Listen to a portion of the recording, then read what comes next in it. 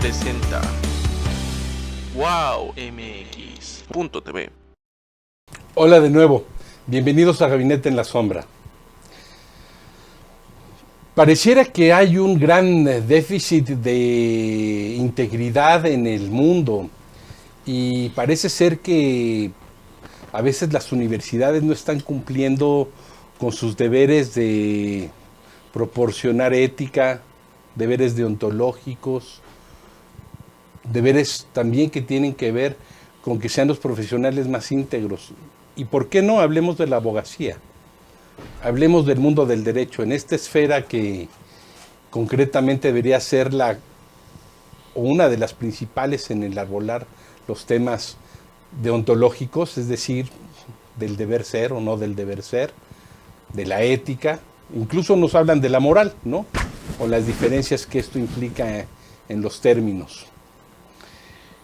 Evidentemente no podemos dejar de largo lo que ha pasado en México en estos últimos días, en estas últimas fechas donde se cuestiona profundamente a una ministra por parte de autoridades universitarias por temas de plagio de la tesis. Pero se disparan muchos,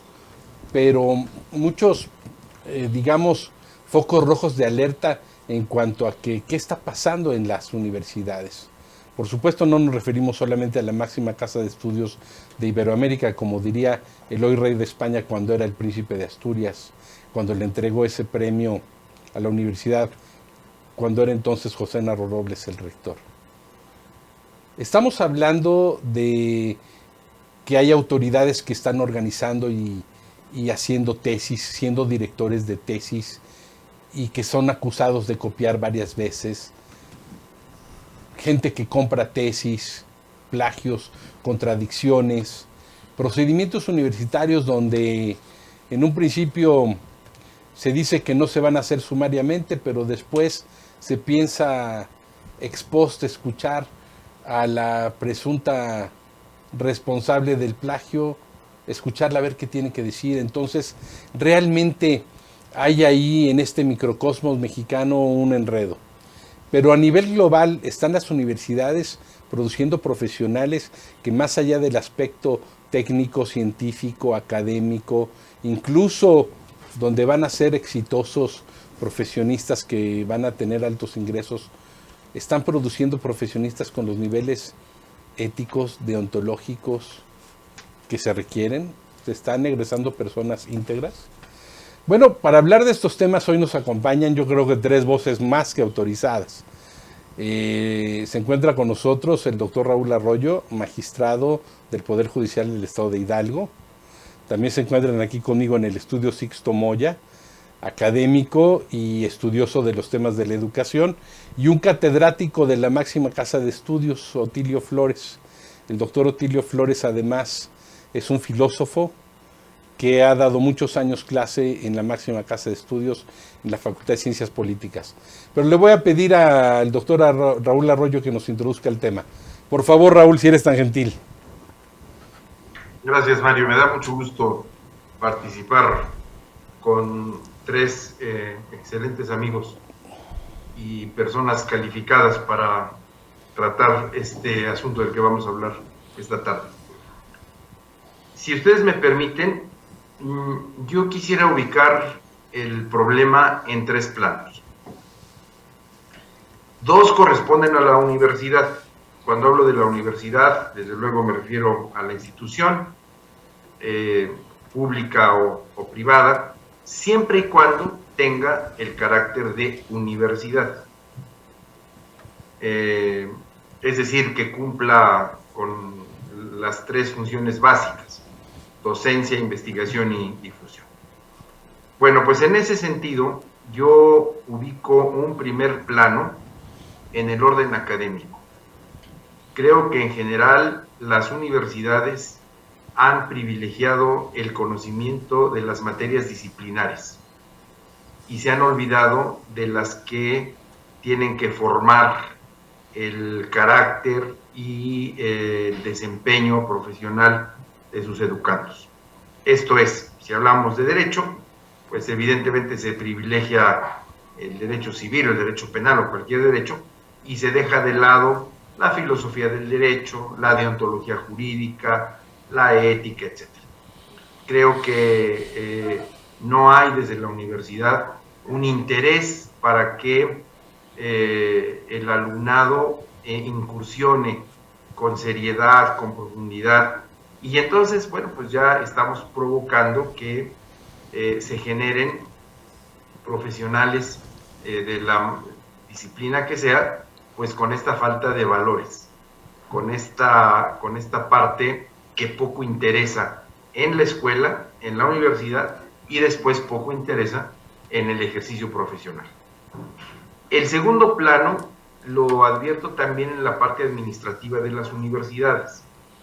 La masificación, el atraso de la tecnología, la falta de rigor de los cuerpos docentes, pues hace que hoy se generen problemas como los que hemos visto en nuestro país recientemente. Aunque este problema específico al que nos hemos referido se genera en los años 80, pues yo no sé qué tanto rigor o qué tanto cuidado tengan hoy las universidades en cuidar sus procesos administrativos. Hoy, simplemente con un programa de informática, pues no cabría un registro con el mismo nombre para una tesis o para una investigación o para lo que sea, ¿no? Porque votaría en el propio sistema, ¿no?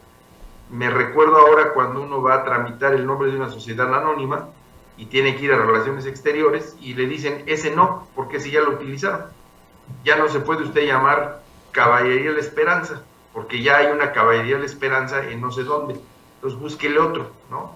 Y entonces a lo mejor le tienes que poner Caballos Esperanzadores o lo que quieras, pero no puede ser el mismo. Vaya, me parece que hoy por hoy en una universidad no puede pasar eso. Y no solo por el registro, sino por el texto. Hoy hay programas, bueno, justamente que revisan los textos y que te detectan fácilmente donde hay textos iguales, ¿no? O con un alto contenido igual. Eso yo lo atribuyo a que quizás hasta muy recientemente se han introducido procesos tecnológicos para procesar todo este tipo de cosas, todo este tipo de situaciones en la vida universitaria que no son estrictamente la matrícula, ¿no? Porque eso creo que hoy por hoy en cualquier universidad está en un sistema informático. La matrícula, el nombre, la persona, etcétera, ¿no? Pero no todo en el historial académico. Y eso creo que habría que repensar, habría que actualizar. Y desde luego, pues ver qué hacemos con el pasado. Es decir, cómo actualizamos toda la información del pasado que evidentemente pues no cubrió este rigor que la informática sí puede detectar. Y un tercer plano, y con esto termino este primer saque, que ya no depende de las universidades, sino depende de la legislación que regula el ejercicio profesional. En México no tenemos obligación de colegiarnos, de tal forma que no hay una colegiación obligatoria que respalde nuestro ejercicio profesional, sometiéndonos a exámenes cada año, refrendando la actualización de nuestros conocimientos, etcétera, etcétera. Entonces, yo obtengo mi título y con eso es suficiente para que los siguientes años que yo viva y ejerza mi profesión, no lo haga sino cuidando mi prestigio o cuidando mi ejercicio profesional, pero por mí mismo, no porque nadie me lo esté obligando. Yo sabré si me actualizo, si hago un posgrado, si voy a un congreso, si investigo, si leo, o sea, pero no hay una obligación porque nadie me esté exigiendo que al momento en que vaya al ejercicio profesional esté respaldado por la colegiación. Más aún, no tenemos la obligación de certificarnos ni anual, ni quinquenalmente, ni nunca. Precisamente la Corte acaba de resolver un amparo en contra de una ley del Estado de Jalisco que obligaba a los profesionales, a las profesionales, a la certificación anual de sus conocimientos. ¿En Jalisco ya va a ser así de ahora en adelante? No, va a ser así.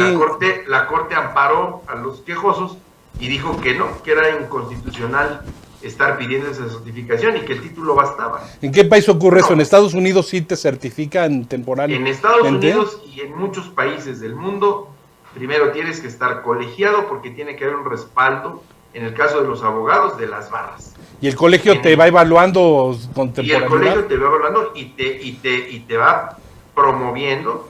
Dice, esta es la lista de los abogados colegiados que están aptos para el Pero se traslada a la colegiación, no a la institución. No, a la colegiación. Y luego, por otro lado, procesos de certificación que pueden ser a través de la colegiación o que puede ser el propio Estado, ¿no? Diciendo, bueno, usted tiene el título de 1965, está actualizado. Usted obtuvo el título en 1980, está actualizado. Es decir, un médico, por ejemplo, que hoy no sepa de las técnicas que la tecnología le brinda a la medicina, pues evidentemente no está actualizado, ¿no? Un abogado que no conozca los nuevos procesos del sistema penal acusatorio, pues evidentemente no está actualizado. Eso no hay manera de hacerlo en nuestro país porque no está legislado. Pues esos son los tres planos en donde yo ubico el problema. Porque, por último digo, esta falta de colegiación y esta falta de certificación, pues también implica que hay una revisión de nuestro comportamiento ético. ¿Por qué? Pues porque la gente, el justiciable en el caso de los abogados, el paciente en el caso de los médicos, tiene que decir, a mí este señor me intervino quirúrgicamente y me dejó en muy buen estado. O por el contrario, aquí hay un error médico. Claro. Y es imputable a esta persona. Entonces, esa parte creo que ya no le corresponde a las universidades, pero que finalmente tiene su origen en esta formación profesional universitaria que hoy muestra esas deficiencias. Bueno, además Raúl es una persona autorizada porque además ser magistrado, fue procurador y fue académico en la Universidad del Estado de Hidalgo. Entonces, pues bueno, él conoce estos espacios multidimensionales. Además, esta colegiación es de un artículo que escribió en el libro Contra la Oscuridad, muy interesante sobre una de las formas de combatir la corrupción. Oye, Sixto, te voy a hacer la pregunta ahorita, regresando del corte me la contestas, porque ya nos vamos a ir al primer corte, pero yo creo que la universidad ha perdido cierta mística, quizá esa mística romántica que tenemos desde la universidad medieval. Ha perdido cierta mística de que el profesionista, para servir a la sociedad, al Estado, al pueblo, se ha perdido eso de que el conocimiento, ¿no? Quizá, a lo mejor nos dirá después Otilius en un sentido más filosófico, ¿no? Okay. Quizá socrático, sí. El proceso del conocimiento. Yo voy a tratar de responderte a partir de lo que decía Ortega y Gasset en 1930, en Misión de la Universidad, que creo que es un texto que hay que tener en cuenta aquí. Bueno, pues regresando, para no interrumpir a Sixto, regresando del corte platicamos con él y vemos la caricatura también. No se vayan, nos vemos en un momento.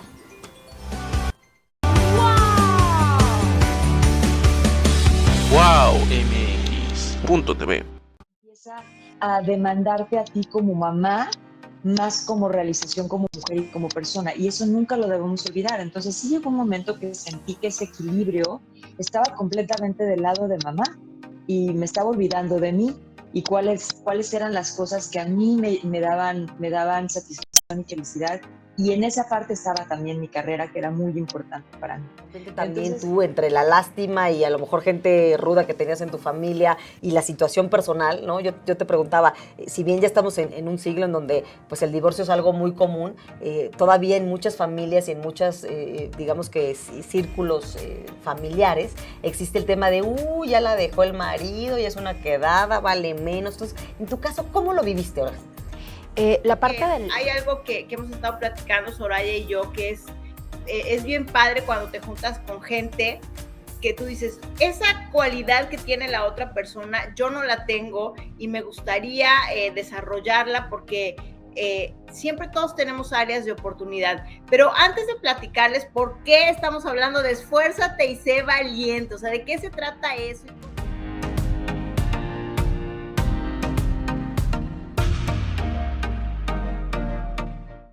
hayan sido más habilidosos como Maradona, como el propio Ronaldo Nazario, el Ronaldinho, me parece que el legado que deja Lionel Messi nunca va a ser repetido y nunca pudo ser igualado por Ronaldinho salió porque era fiestero y les dio pánico al presidente que contagiara a Lionel Messi. Sacaron también a Zlatan Ibrahimovic, sacaron a Titi Henry. Mira aquí, si me permites agarrar tu Sí, adelante. Esta es de Taekwondo, me dice cinta negra, segundo dan. Segundo dan. Bueno, es pum porque era menor de edad, pero sí es cinta negra. Ah, pues mira, ya ser cinta negra menor de edad es un bonito logro. Gracias. Y bueno, ¿qué es lo que más te gustaba de hacer el Taekwondo? Pues me gustaba mucho la disciplina. Ya sea colegial, ya sea profesional, en donde haya un balón de fútbol americano, ahí trataremos de estar para cubrir y seguir con esta pasión llamada fútbol americano. Arrancó la NFL y bueno, como en botica decían las abuelas, ¿no? Hay de todo para todos, de todos los colores y sabores, sin sabores también. También, más bien yo creo, ¿no?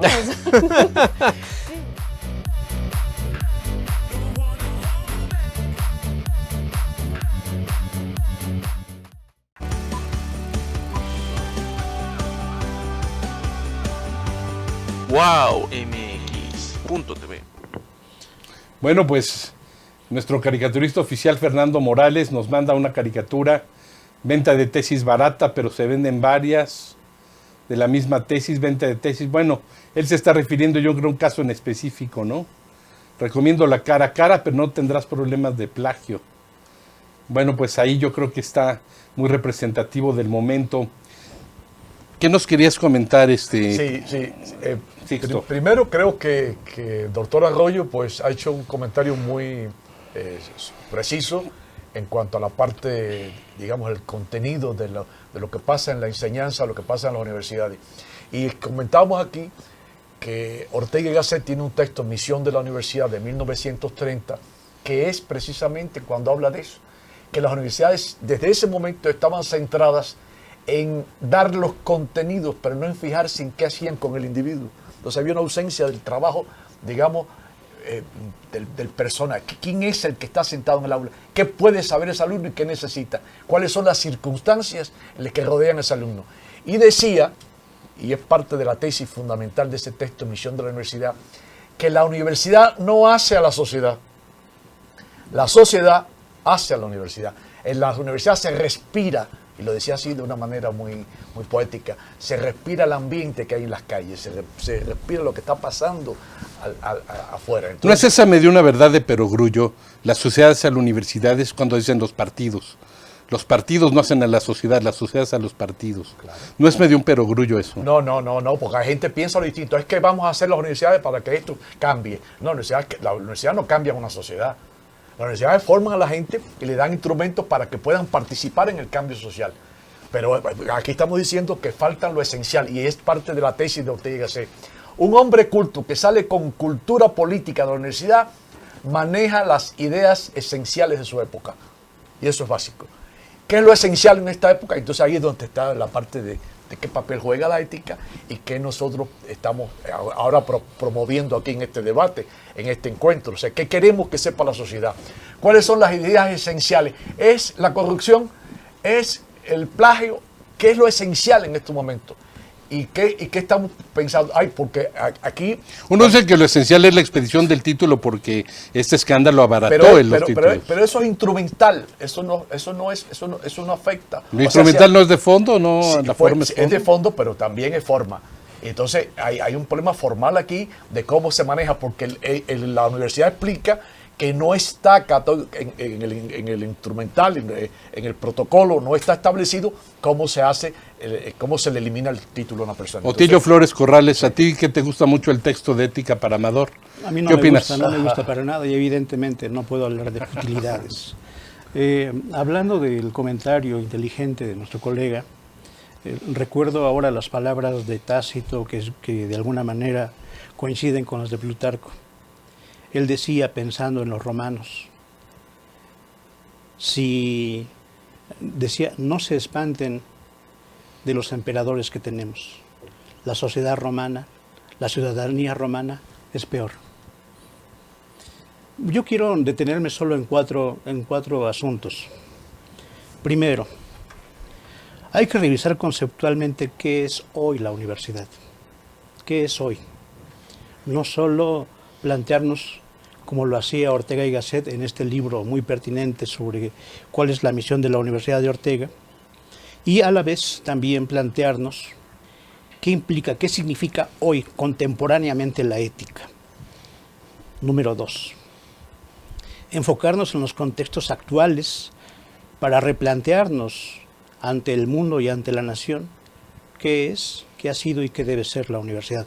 La universidad, no las empresas que se dedican a la educación. 3. ¿Qué tiene que ser ante la nación y ante el mundo la universidad? Necesariamente. Don Mario Velasco nos ha dicho que en efecto han cambiado las cosas, y vaya que se han cambiado, conceptualmente, técnicamente, sociológicamente, políticamente, etc.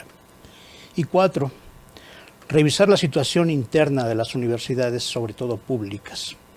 La situación de los profesores de asignatura, que es un tema muy pendiente, muy candente, muy importante. ¿En cuanto a qué? ¿El salario?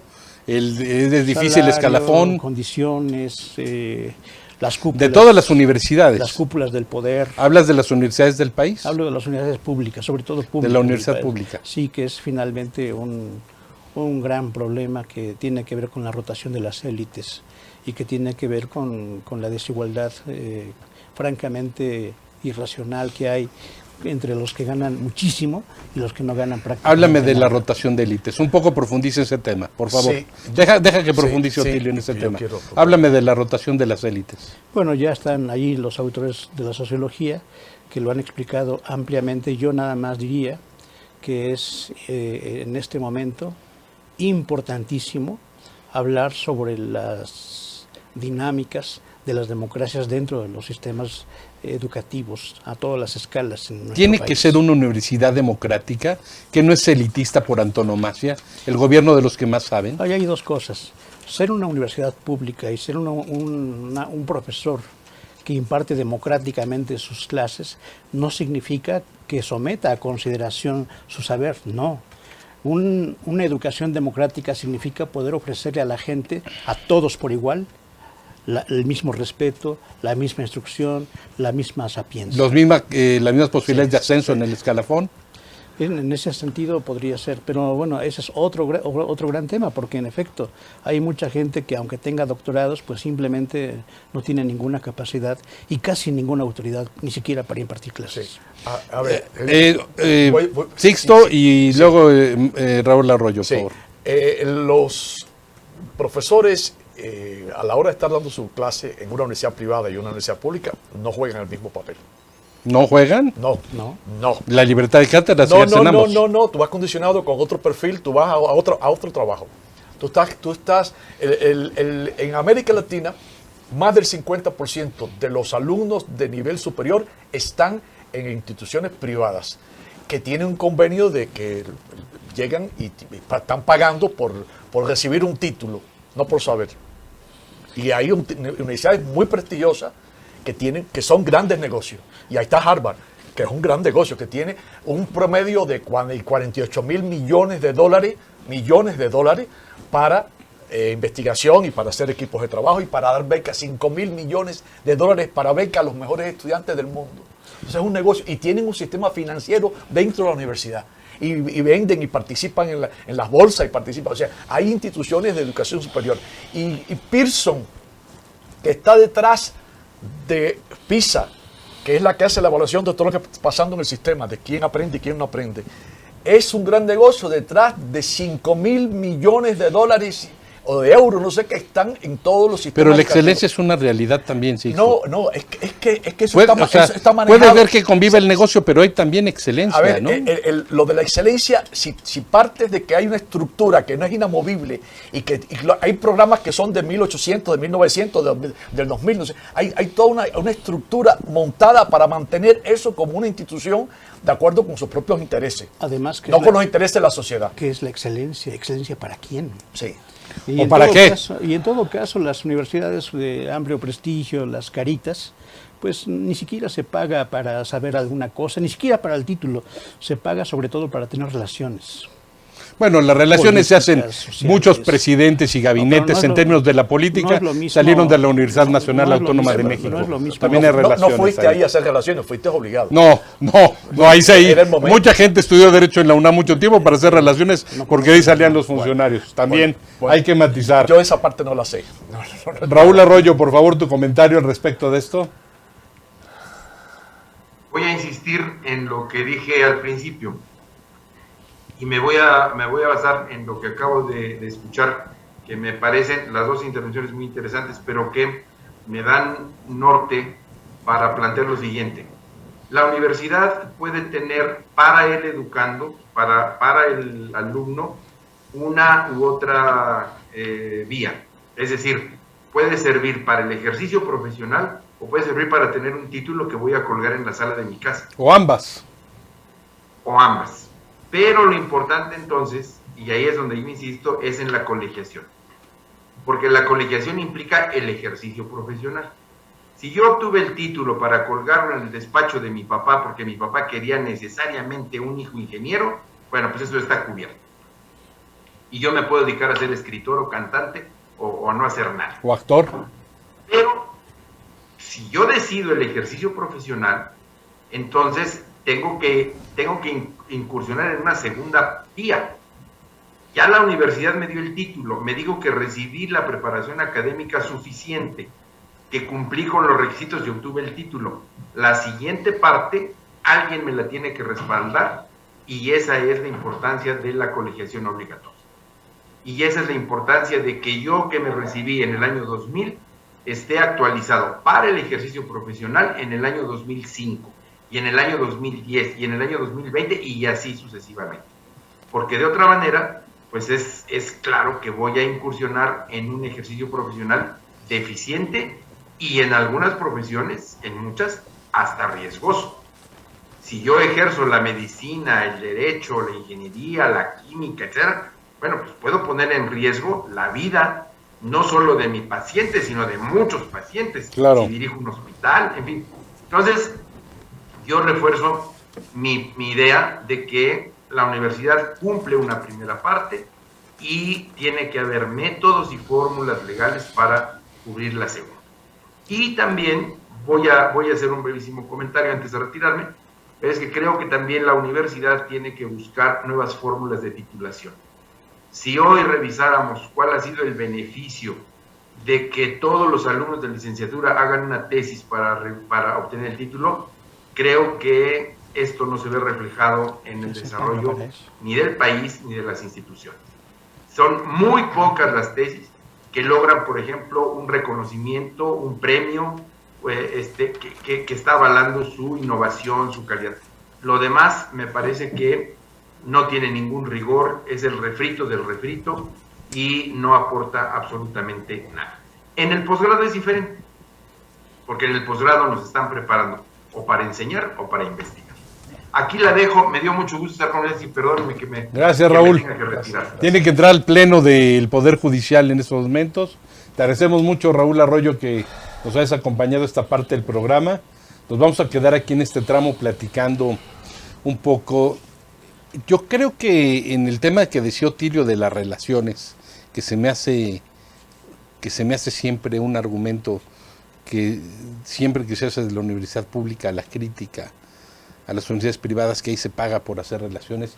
Yo creo que las relaciones las hacen en el Politécnico, en la Universidad Autónoma Metropolitana, las en la calle, las haces aquí mientras estamos aquí. Digo, le diste tu tarjeta a Sixto Moya y se lo diste a una compañera. Hay que añadir que el tema de las universidades públicas, en este momento de las transformaciones que tiene el mundo, los contextos, es que justamente está perdiendo paulatinamente y cada vez con mayor transparencia su interés por lo público, el interés que velan las universidades públicas por lo público. En otro momento... ¿Por lo público y lo social o nada más lo público? Sobre todo por lo público. Por lo público. Por el interés público. Ahora, como casi en todas las escuelas, decíamos un tanto como comercios, pues allí son agrupaciones para una educación o una capacitación o una instrucción más más dirigida para hacer negocios, para tener de qué vivir, entre comillas. ¿Sí? Y en otro asunto, pues la universidad se ha desprendido mucho de ese compromiso social que otrora tenía, ya incluso desde la época del virreinato hasta el siglo XVIII, XIX.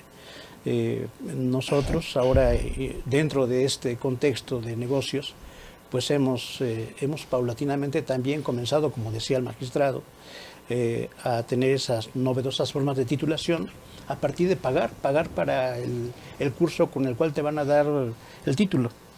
Se paga por tener títulos. Déjame hacerle un poco aquí de abogado del diablo. Muchas instituciones privadas de las que hablas, por ejemplo, me voy a referir a dos concretamente.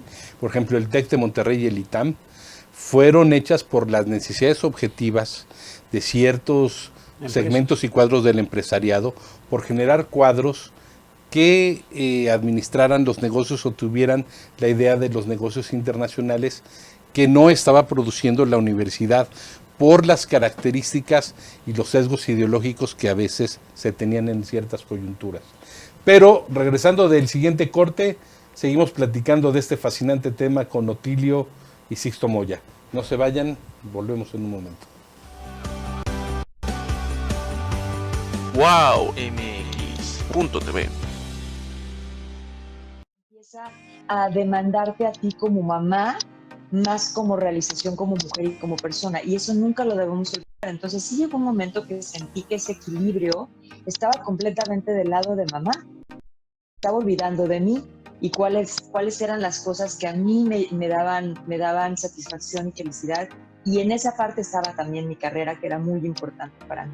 También tú, entre la lástima y a lo mejor gente ruda que tenías en tu familia y la situación personal, ¿no? Yo te preguntaba, si bien ya estamos en un siglo en donde pues el divorcio es algo muy común, todavía en muchas familias y en muchas, digamos que círculos familiares, existe el tema de, ya la dejó el marido, ya es una quedada, vale menos. Entonces, en tu caso, ¿cómo lo viviste ahora? La parte hay algo que hemos estado platicando Soraya y yo, que es bien padre cuando te juntas con gente que tú dices, esa cualidad que tiene la otra persona, yo no la tengo y me gustaría desarrollarla porque siempre todos tenemos áreas de oportunidad. Pero antes de platicarles por qué estamos hablando de esfuérzate y sé valiente, o sea, ¿de qué se trata eso?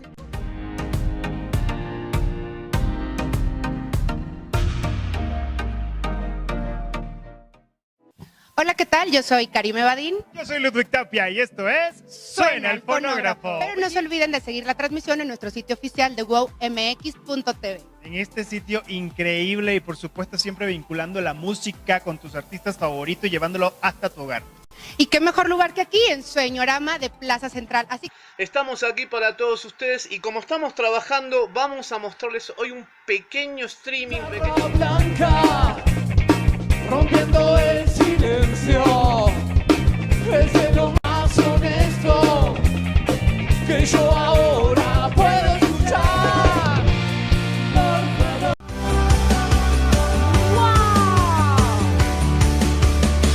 wowmx.tv. Bueno, lo dicho siempre, los comentarios se ponen muy buenos. Vamos a grabarlos luego. Este se pone bueno. Estamos comentando ahorita, bueno, estaba comentando Sixto, que la universidad muchas veces responde a las necesidades de la élite para gobernar o para ejercer el poder o es parte del poder. Pero ha habido casos donde esas grandes universidades, por ejemplo el caso de la UNAM en México, estuvo frente al poder en más de una ocasión en México, tanto en el debate de Antonio Caso y Vicente Lombardo por la libertad de cátedra, que creó entre otras cosas el Politécnico Nacional como resultado de este debate donde se pretendía que se diera la educación socialista en la Universidad Nacional Autónoma de México, cuando entonces el tercero constitucional decía que la educación en México era socialista. Primer punto. Y ni qué decir del 68, la universidad frente al Estado, ya no frente al gobierno, frente al Estado priista. Entonces eso de que a veces nada más se educa a la élite, paradójicamente, muchos presidentes de la República estudiaron Derecho o estudiaron carreras, como el actual presidente, en la máxima casa de estudios de Iberoamérica. Sixto. Sí. Este grupo en el poder nunca es compacto. tiene fisuras. Claro. Tiene fisuras y tiene contragrupo, hay una contracultura, hay una contrademanda. O sea, van surgiendo. Surgen varios grupos dentro de la universidad. Al interior del mismo PRI. Por eso una universidad, digo. Por eso, malo surgió, ¿no? surgió al interior del PRI un grupo que rompió. Pero imagínate una universidad Sixto que no sacara varios grupos socialistas de derecha, de izquierda. El universo. Pero ahí se está concentrando un grupo de gente que va pensando distinto al resto de la sociedad y que ahí va comportándose y va sumándose o va contradiciendo. El tema es ética e integridad. ¿Dónde está la ética e integridad ahí? En el momento en que el individuo tú lo preparas para eso, o sea, eso no. Pero eso es más allá de quién esté en el poder o quién esté gobernando. No, tiene que ver con lo que tú estás formando. Tú te vas formando en eso. Y es que la universidad lo que tendría que compartir sustancialmente es conocimiento, independientemente de que sea uno u otro. Lo que sucede es que en este tiempo las universidades tienen la tendencia a no compartir conocimientos, sino técnicas. Y en eso hay que tener mucho cuidado. A ver, ahonda un poco en eso, por favor. ¿No? Bueno, estamos en el cómo hacer las cosas cuando deberíamos en la universidad, por ejemplo, la Universidad Nacional, estar en los debates del por qué hacer las cosas, para qué hacerlas. No nada más estar en si sabes PowerPoint o si sabes Word o si sabes ortografía. Las técnicas. Sí, exacto. Sí. No. Sí, hay pensamiento político. Claro, ahí estamos hablando del individuo, o sea que hemos perdido social, de vista de la todo tipo de formación pensamiento del individuo, lo ontológico, quién es el que aprende y cuál es la diferencia de ese y qué podemos rescatar de ese individuo que es diferente a lo que estamos buscando, que estamos programando y que estamos clasificando y estamos condenando porque decimos no pueden aprender, como viene PISA que dice que nosotros somos la gente el último entre los países desarrollados. México es el último lugar porque y se mantiene ahí y no hay la solución. ¿Qué dice la ética en la educación socialista universitaria? Es que el tema no es que todos tengan que ser igual. Yo lo sé, por eso te pregunto, ¿cómo es en el socialismo la ética, o la ética se da como algo burgués, se tiene como algo burgués, no. O la ética es servir al Estado, es la mayor ética? ¿Cómo está? No, estamos hablando del individuo, de la preparación del individuo para un comportamiento social en su comunidad, que aporta, que esperan de él. Entonces ya hay un individuo que está comprometido a formar parte de un movimiento. Entonces todo eso es lo que se está construyendo. Pero tiene que construirlo, eso no se da espontáneamente, porque la participación social, el individuo tiene una disposición a integrarse, pero integrarse ¿en qué sentido? Porque ahí están todas las modas y están todas las que va creando un mecanismo, un condicionamiento y un individuo ajeno muy consciente de su grupo, de su época, de su momento y no de la historia, no de su pertenencia a una comunidad más amplia. Entonces yo creo que eso es lo que veníamos conversando, de cómo estamos generando pensamiento transitorio, desechable, que no tiene sustancia, que no tiene fondo, que no tiene una tradición. Entonces todo eso, ese rompimiento, ese nido casi flotando en el aire, está fuera de su posibilidad de integración, porque está en el aire. Háblanos un poco de la integridad. Como los libritos esos, ¿no? De que decía de Sabater, que son libros desechables. Un poco bajo tu punto de vista, por supuesto. De autoayuda. Sí, exacto. Bajo tu punto de vista. Son cursos de superación personal, ¿no? Insisto, todo es bajo el punto de vista de la ética, claro, o la UDEMA, tendríamos que hablar un poco sobre Heráclito, hablar sobre la ética en los tiempos de Homero, hablar de muchas cosas. ¿Y por qué no nos hablas de integridad, Otilio? Lo que requiere un poco la sociedad en este momento es que de la universidad emerjan nombres más complejos, más completos, más amplios, más integrales. Y esto abona a replantearnos qué estamos estudiando dentro de las universidades, particularmente en las de ciencias sociales. ¿Qué tipo de perspectivas? Nos conformamos ahora con diccionarios de Bobbio, de Giovanni Sartori, pura basura realmente, puras cosas medio desechables, así como, ¿qué es democracia? ¿Es esto? ¿Qué es aquello? Vivimos de diccionarios, no tenemos lecturas. Bueno, Tilio, pero no me dice oscurantismo. Pero no siempre toda la gente, a ver, señores, también tienen que aterrizarse un poco. Hay que dejar de volar, los voy a jalar un poquito más al piso. Tiene que estar más en el piso y la gente, evidentemente no todos van a ser doctores en filosofía, pero yo no creo que sea tan oscurantista, donde hay una gran apertura del conocimiento. El conocimiento está abierto. puedes decir que hay una etapa oscurantista cuando el conocimiento está abierto y tú puedes seleccionar, Otilio, qué tipo de lecturas puedes tener. Hay un torrente de conocimiento que no dice nada y que lo que estás entorpeciendo la comprensión. Sí. Hay una saturación de información. Y entonces te estás metiendo en una época para que tú manejes cosas y vayas viendo cosas que... Y entonces te enamoras de lo más fácil, lo más accesible. Entonces, lo líquido, como dice Bauman, lo líquido. Bauman. Entonces vas perdiendo tu capacidad de comprensión del texto. O sea, vas a ir a una comprensión de un texto digital sin haber pasado por el libro, sin haber tenido la capacidad para memorizar qué dijo Thomas Mann o qué dijo Dostoyevsky, porque no tienes esa comprensión simbólica. O sea, el lenguaje es una comprensión más completa que te tiene que trabajar, y ahí está la poesía. Entonces hay gente que nunca ha leído un poema, entonces no va a entender qué significan los símbolos, lo que hay detrás de todo esto. Entonces cuando estamos cantando el himno, es un gran poema épico, un gran poema que da nación, que construye una ¿qué otra cosa construye la nación? ¿Qué otra cosa construye sociedad? ¿Qué otros textos? ¿Dónde están?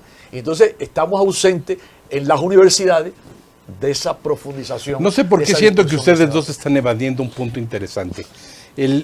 Hablando del oscurantismo o no, o de la profundidad del conocimiento o la comprensión del conocimiento.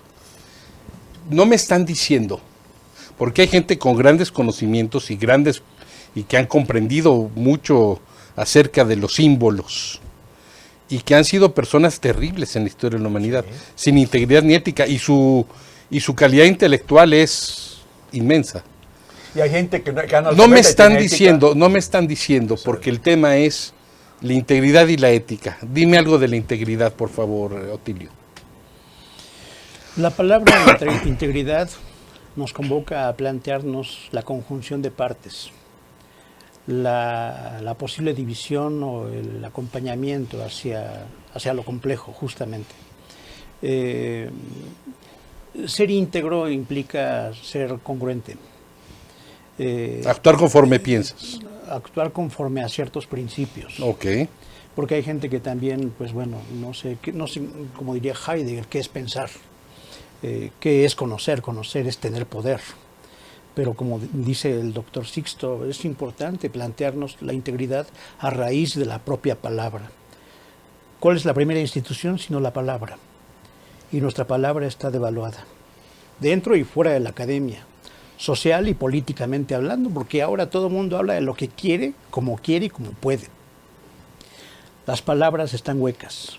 Y esto nos devela una forma de ser, de hacer en la sociedad, que por ejemplo ustedes, los jóvenes que nos están escuchando o viendo, tiene que ver mucho hasta con la forma de amar.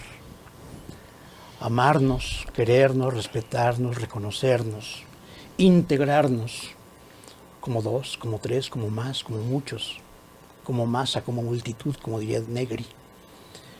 Esa es la cuestión. No hay una integración mientras no tengamos una palabra viva y que esté más allá de la reflexión o de las palabras netamente desechables. Háblame de integridad, integridad, pero quiero seguir esa misma línea porque es importante. Integridad y agregarle corrupción. Integridad a partir de la comprensión de quién eres y de tu lengua materna, de qué tú posees, cómo tú te conjugas con los demás. Perfecto, pero no me está diciendo, diciendo eso fuera de mi comportamiento. Puedo ser una persona excelente y ser una persona que cumpla con todo eso que ustedes están diciendo, pero ser una persona corrupta, sin principios, que use ese conocimiento para hacerme rico. Claro que sí. Bueno, una persona íntegra indebidamente no es una persona buena. No hay que moralizar aquí las cuestiones. Hay eticidades, hay ética. La ética de Cristo es una, muy válida. La ética de Mahoma es otra. La ética de los grandes dictadores son otras. Cada quien tiene principios, cada quien tiene sus formas. Decía Groucho Marx, estos son mis principios, ¿no te gustan? Tengo otros más. Es que nosotros venimos con un conflicto muy grande de todo tipo. Estamos en medio de un conflicto de ese tipo de civilización. O sea, nosotros estamos pensando desde el cristianismo que nos preparó para el sacrificio y ser pobre, porque la pobreza nos iba a llevar al reino de los cielos. Y era un problema de esperar el milagro, y ahí están los milagros. Pero Lutero y Calvino te dijeron, no, aquí está la felicidad también. No, ellos dijeron entonces, hay que trabajar y por el trabajo tú vas a hacer negocio y vas a tener dividendo y tú vas a poder... y vas a disfrutar los bienes, vas a disfrutar. Entonces, la abundancia. Entonces, ese lenguaje del individuo que es pragmático y que está preparándose para poder dominar sus circunstancias frente a otro que está esperando que las circunstancias trabajen para él. Son dos cosas distintas. Entonces aquí hay mucha gente que está esperando que las cosas le caigan del cielo. O sea, hay una especie de que pasa en las universidades. Llegan alumnos que llegan porque creen que estando ahí, por esa inercia, ya pueden... O por hacerte de relaciones. Ya pueden sentirse privilegiados, y ese privilegio, porque detrás de ellos hay miles. Ahorita, en las universidades en el mundo, de la gente que tiene que... De los 100 que entran a primer grado, a primaria, 50-60% están en nivel superior. Aquí no.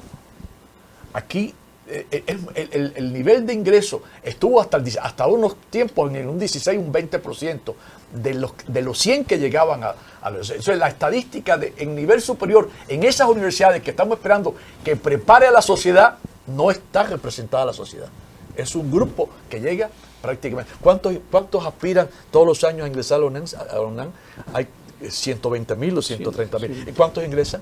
Sí. El 10%. Pero además dicen que no caben y vemos a las aulas casi todas vacías. Es muy extraño, pero es muy real. Entonces, estamos ante un proceso, digamos, de buscar una ética, de buscar una integralidad en una sociedad que no está representada en ese nivel de conocimiento, que el nivel que está por debajo, que no quiere decir que si no tienes ese conocimiento no puedas ser ético. No estoy diciendo eso. No estoy condenando al que no sabe. Porque hay un aprendizaje natural que viene de la sociedad misma y de ciertos grupos, de ciertas tendencias, de ciertas comunidades, y hay una vuelta a eso. La UNESCO lo plantea. Hoy la UNESCO dice que tenemos que ir a una descolonización de la cultura, que tenemos que ir al rescate de las epistemologías indígenas, de saber qué se pensaba. Las raíces. Las raíces. Entonces, si no tienes raíces, estás en el aire. Y lo comenté hace un poco, que esta superficialidad, este cambio de moda, esta cosa de la música banal, de que no se profundiza, de la falta de contenido del idioma, de la falta de dominio del idioma. Posiblemente hay gente que solo maneje 50, 60, Sixto, pero 80 vamos palabras. vamos a tener que hacer otro programa, porque también la contracultura y Bad Bunny también tienen derecho a esos espacios, y esa gente que también les gustan los textos en 20 palabras o 25 palabras, tampoco podemos evadirnos de lo que ellos tienen en su época. Pero yo creo que te voy a dar un minuto nada más porque ya nos vamos. La idea de la integración, integralidad y el tema de la ética, que no hemos hablado prácticamente nada de ética, sin embargo es indispensable. La ética no es ni puede ser un proyecto de Estado.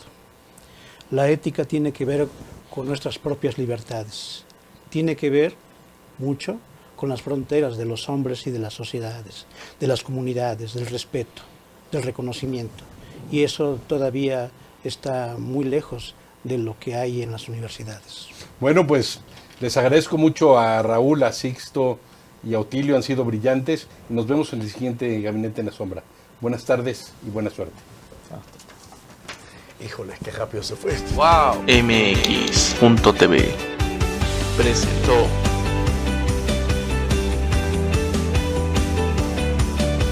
¡Wow!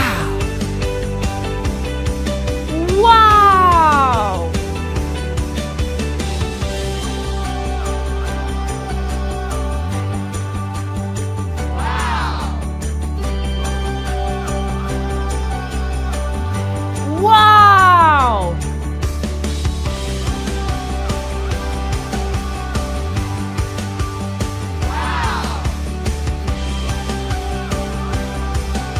¡Wow!